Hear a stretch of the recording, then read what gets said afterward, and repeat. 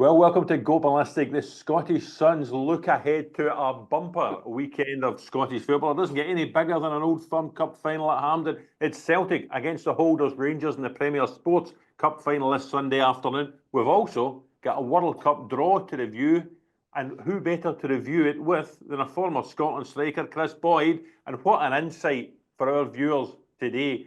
We see the lavish London hotel that Sky Sports put you up in as well.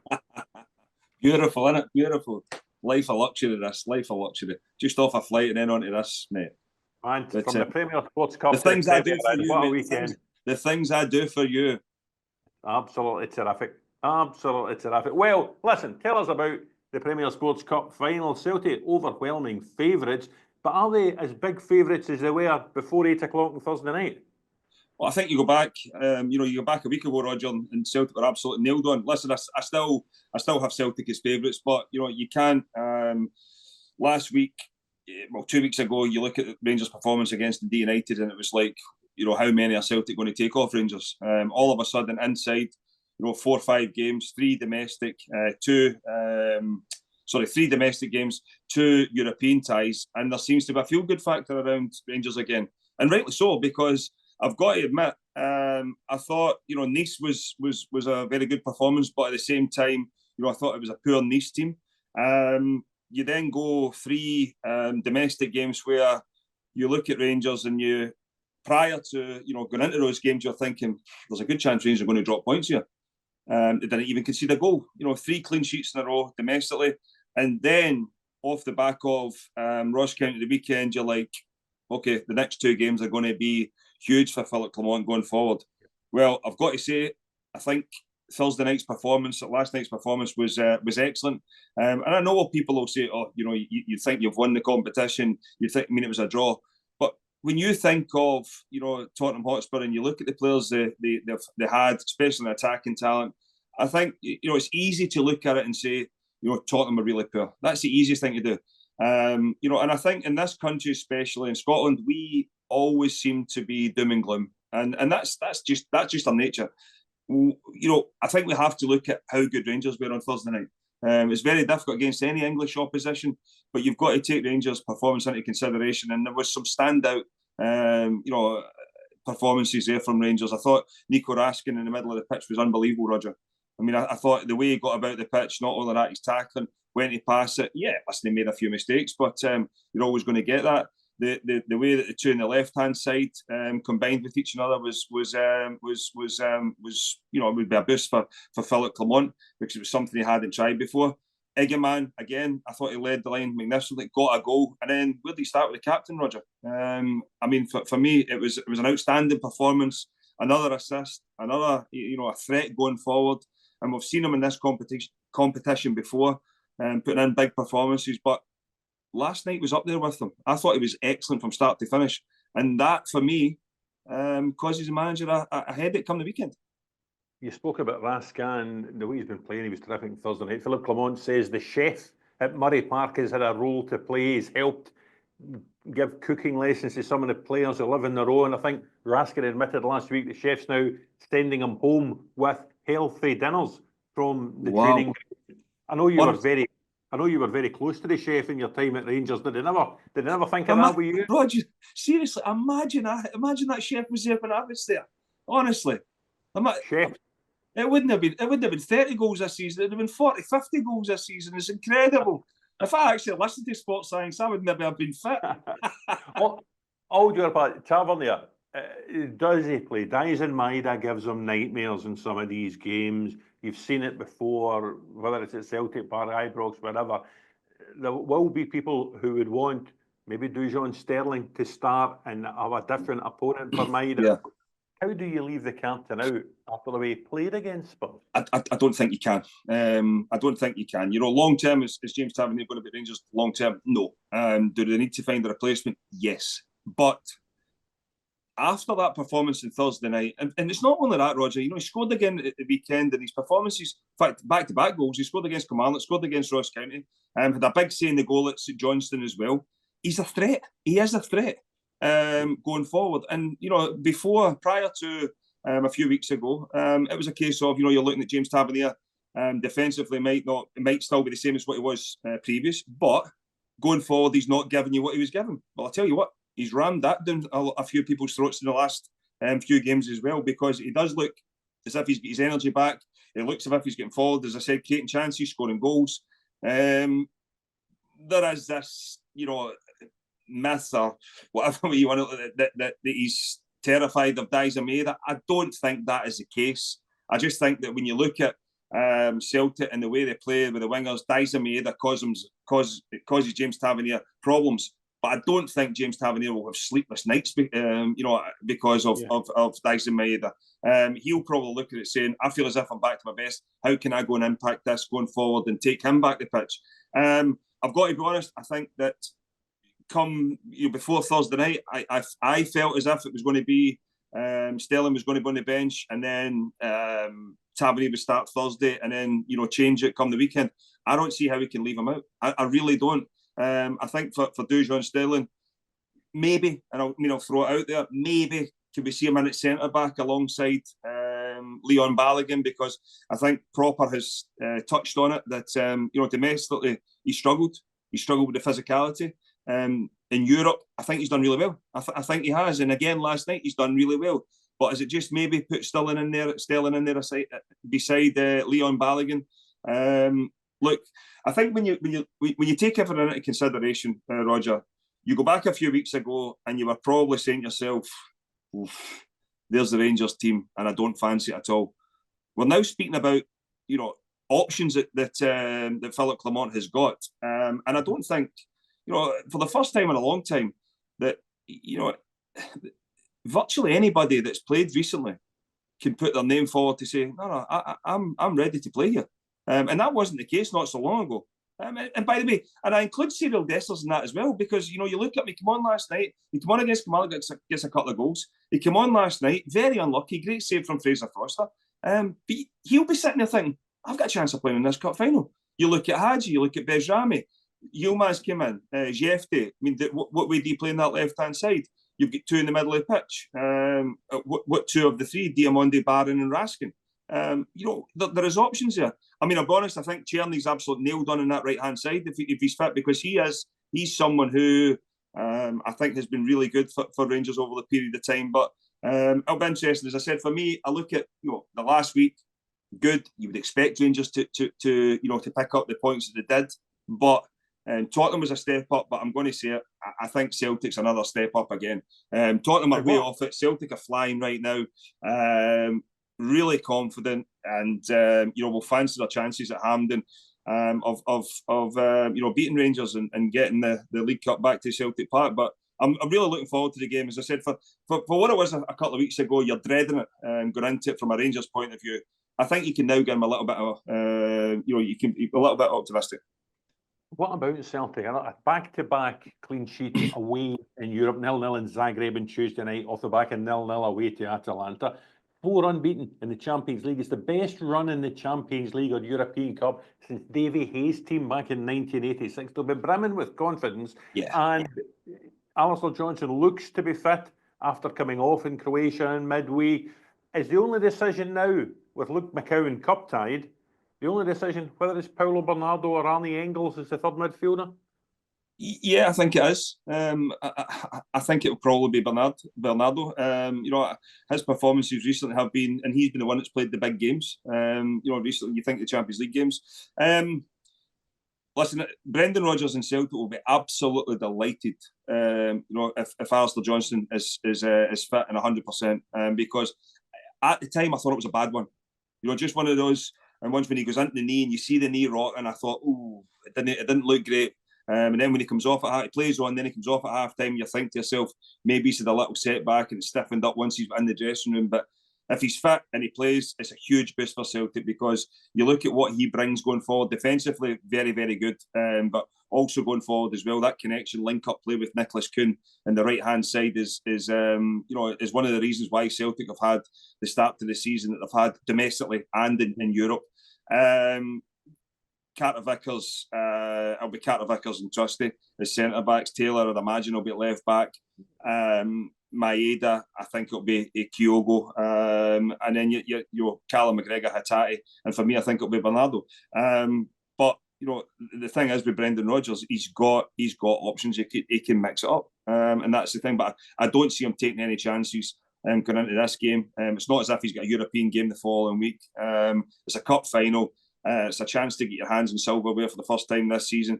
And it's a big game for both teams, without stating the obvious. But, I mean, it is a cup final. But, for different reasons, it's a huge game. Because if Celtic to go and win this, it looks as if the league title's in the bag. Celtic will then be looking at it saying, we go and win the Scottish Cup, there's another treble. Rangers are looking at it saying, we're the holders, we need to keep a hold of this trophy. If we can win this, could it be the catalyst of maybe, doing something this season? As I said, I think it'll be very tough to claw Celtic back in the league.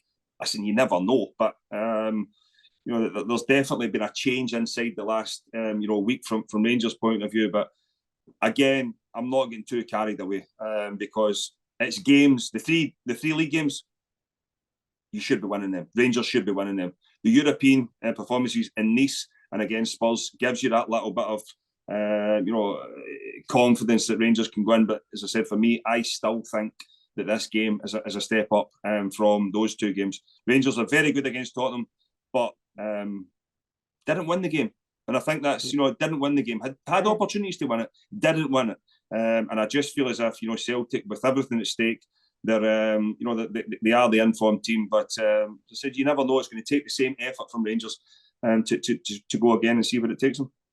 Callum McGregor spoke through the week, Boyd. He was saying they're driven on by the fact that the Premier Sports Cup was the only one they didn't win last season. Remember, they lost very early down at Rugby Park, 1-0, and Brendan came back and they lost that trophy that they'd had the season before. Will that motivate them when they get to Hampden on Sunday?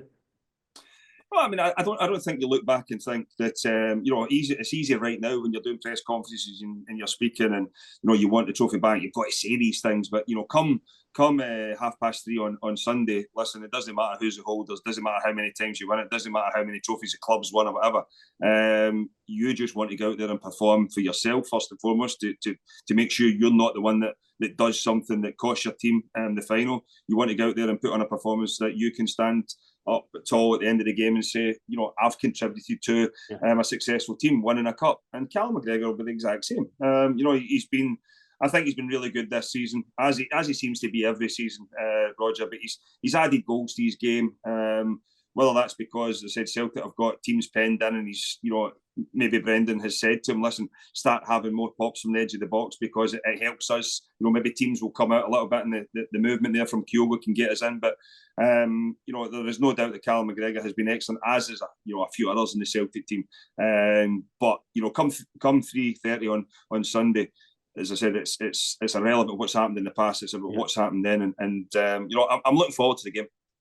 One of those players I was going to ask you about, Kasper Schmeichel. Now he's come in to replace Joe Hart. He had a quiet start because Celtic are often in the front foot. The last week though, the performance against Hibs at Celtic Park last Saturday, and then a clean sheet again in Zagreb on Tuesday.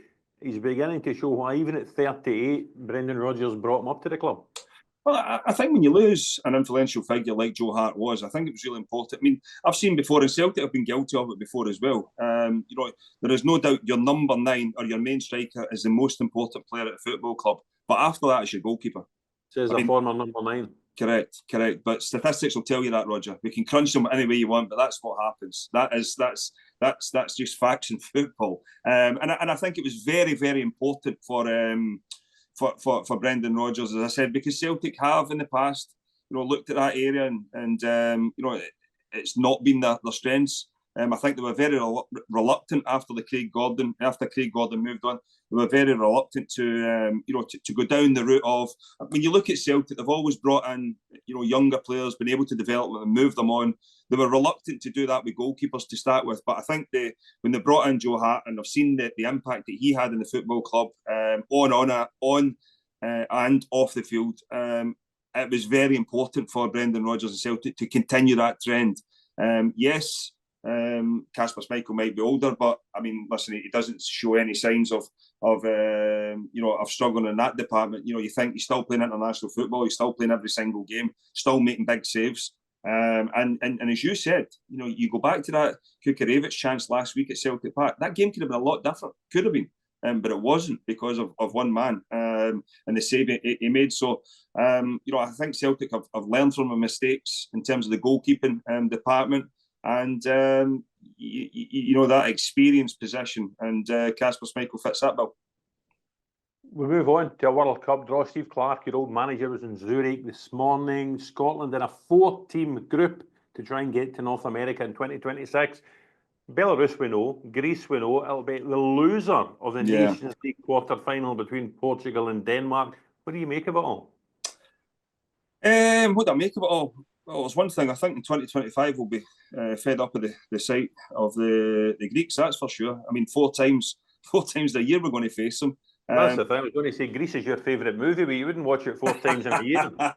Still got my leather jacket, mate. And you take, I mean, it could be potentially the exact same with Portugal as well. We've already played them twice, not so long, then you could go forward to that. Belarus, listen, obviously with what's going on in the world right now, we don't know where they're going to be playing their games or that, but you'd expect Scotland to take care of that. They were in a group, the Nations League there with Northern Ireland and Bulgaria finished above them. So, you'd expect Scotland as a top 4 team, Scotland to take care of that. But I think when you look at Portugal or Greece, whoever it may be, there's an opportunity, Roger. There is an opportunity. And I think Steve Clarke will be confident, quietly confident. He's not going to be one who's coming out and giving it the big one and we'll do this and we'll do that. But I think deep down it could have been a lot worse. I mean, we've seen it not so long ago as well with Portugal. Over there they struggled to beat us. We held them to a draw at Hampden. Denmark. Is it extra motivation for Cristiano Ronaldo to beat Denmark so he doesn't have to come back to Hampden? Maybe. Well, he could maybe pick up his dummy. But when you look at Scotland, I think Steve Clarke will be confident enough that he can get something from this group. As I said, I don't expect him to come out and say, yeah, we're definitely going to qualify. I mean, that would just be absolutely stupid. But he's now got the playoffs against Greece in March. Fast forward to the summer, where you would imagine there'll be a couple of friendlies organised, and I would start to integrate some new ones into the squad and start to move forward from there, because I think it's important you do that. And that's been one thing that Steve has been very good at. I think when you think of Scotland squads in the past, it just seemed to be the same squad. I think there has been some youngsters coming out, and you only need to look at the emergence of Ben Doak, and can there be another 3 or 4 of those youngsters coming up and have the same impact? Because we need to. When you look at other countries that have smaller countries that have success, that's one thing they do really well. They integrate the young ones so it's not alien to them when they are thrown in at the deep end. And it might just be an opportunity in the summer. And I think as well, with summer friendlies, that allows a manager to buy in and see exactly who's with me and who's not, because it's difficult for players. I wouldn't imagine him to take these top elite players that have played games. When you think of Andy Robertson, John McGinn, the amount of games that these boys will have played, I mean, they might want to go, and I don't think Steve Clarke will turn around and say no. But when you think of the amount of games that they're going to have played come the summer, they might just be a case of, like, you're going to enjoy your summer. It's been non-stop from there, and obviously club football as well. So it might just be an opportunity for other youngsters to come in and get a taste of it and see where it goes. But I think Steve Clarke, first of all, will be looking forward to the 2 Greece games in March. But it's a group that he'll think he can get out of. It'll be difficult. Yeah, it always is. Listen, it's a new World Cup, 48 teams, there's 16 places for European nations. The 12 group winners go through. The 12 group runners-up go into a playoff with the 4 best placed teams from the Nations League who aren't otherwise there. If you're following me so far, we've got 3 Start bites again, what was that? Exactly. We've got 3 bites of the cherry to get to North America. Surely, we talk about 1998, surely we can end that 28-year wait to get back to the World Cup. I'd like to hope so. But I would like to think so even, and I hope. But I mean, it's difficult, Roger. I mean, there's a reason why we haven't been there for a number of years, and we've had good teams in the past. I think European football, it's in the European Championships, it's a lot easier. Obviously, there's more European teams there, but when you narrow it down, it's difficult to get to World Cup. The World Cup now, yes, it's expanded now, but I mean, I just feel as if, you know, when you think of everything that Steve Clarke's been through, you know, with this Scotland group, he's got him to back-to-back Euros. Everybody's still, you know, there's still. I don't think he's been appreciated for what he's done, and I think now would be the prime time for Steve Clarke and Scotland to qualify for a World Cup, and that might just be the time after, you know, if he's to get there after the World Cup to say, right, I've had enough. Because if he does, you look back and I know that there'll be managers that have done things with Scotland where you think to yourself, yeah, he was really good. But if Steve Clarke's to get Scotland to the World Cup, there's an argument to be had that he would go down as one of the greatest, if not the greatest, Scottish managers there's been. You know, back-to-back Euros, a World Cup, considering what's going on right now, and all the negativity that's came around with it, it would be a fantastic achievement from him. We're just admiring you to tell them there, Boyd, if Scotland reach the United States for a World Cup, could you help out Steve Clarke if he's looking for mattresses? Well, I could do that. I could, maybe, if he's looking for a translator as well. That was one of the countries I didn't struggle in. Struggled in Turkey. But I mean, listen, I think that you know, there's a story to that. We all laugh and joke. But you ever bought a mattress recently? They're expensive. If you can get them certainly not in Oregon. If you can get them for free for doing a little radio advert, trust me, it always works. So if there's anybody at the Sun looking for some freebies, I'm up for it, mate. I'm up for it. That's what I like to hear. Listen, you enjoy your night down there tonight. Have a good game tomorrow. Thanks again, and we'll speak to you on Monday to look back at the Premier Sports Cup final. Looking forward to it. See you later.